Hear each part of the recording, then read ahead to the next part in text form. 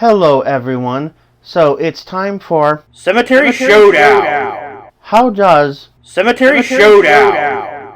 work? Well, it's 3 literary challenges that can be satisfied with just reading 2 books in the macabre month of October.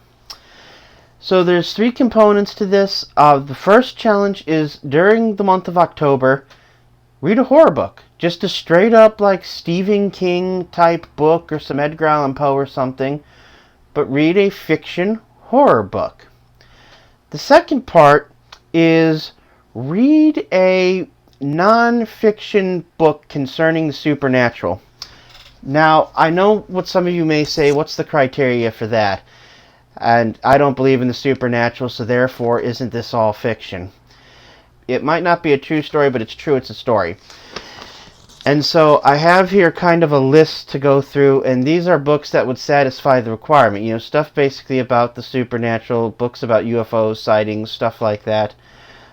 We have Michigan's Haunted Lighthouses. Lighthouses used to be a job that people who were retired would take, and some of them did die on duty. Michigan Haunts, Public Places, Eerie Spaces. This is geared towards the person who wants to do this stuff, but wants to do it on the cheap. Ghost and Legends of Michigan's West Coast. So that's if you're kind of looking at hauntings that happen in that type of, let's say, Grand Rapids area and whatnot. Weird Michigan. I have not read this book. It's by Linda Godfrey. I have read one of her books. We're going to get to that, and I'll go into a bit more depth on who she is. The Penguin Book of Witches, transcripts from the Salem witch trials. Come on, that's history. That's cool.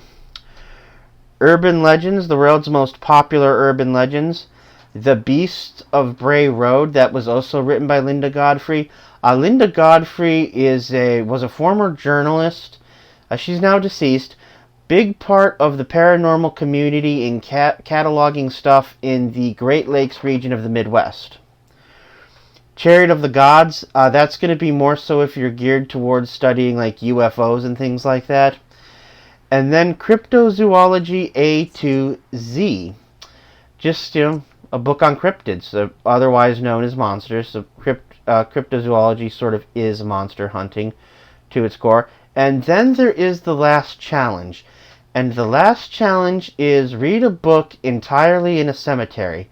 Now, this book does not have to be read in one day, and it does not even have to be a book that satisfies any of the 2 challenges. I have preferred to always do this with very atmospheric reads. First year I did this, I did it with the Lighthouse book. Second year I did this, I did it with the Urban Legends book. But it doesn't have to. And furthermore, because, conceding that the weather in October can be very difficult, what I would say is this: you're going to want to probably start very early with these challenges. And actually, I'm days behind in making my video. Ideally, I want it to be done October 1st. So I would say anything that goes like this could be a very, very small book. Could be one of those like kids UFO books or something like that. Maybe just the book Sleepy Hollow. That was more of a short story. But that book has to be read entirely while in a graveyard or cemetery or what have you. So, those are the challenges, and I do hope at least one of my subscribers joins me this season in Cemetery Showdown.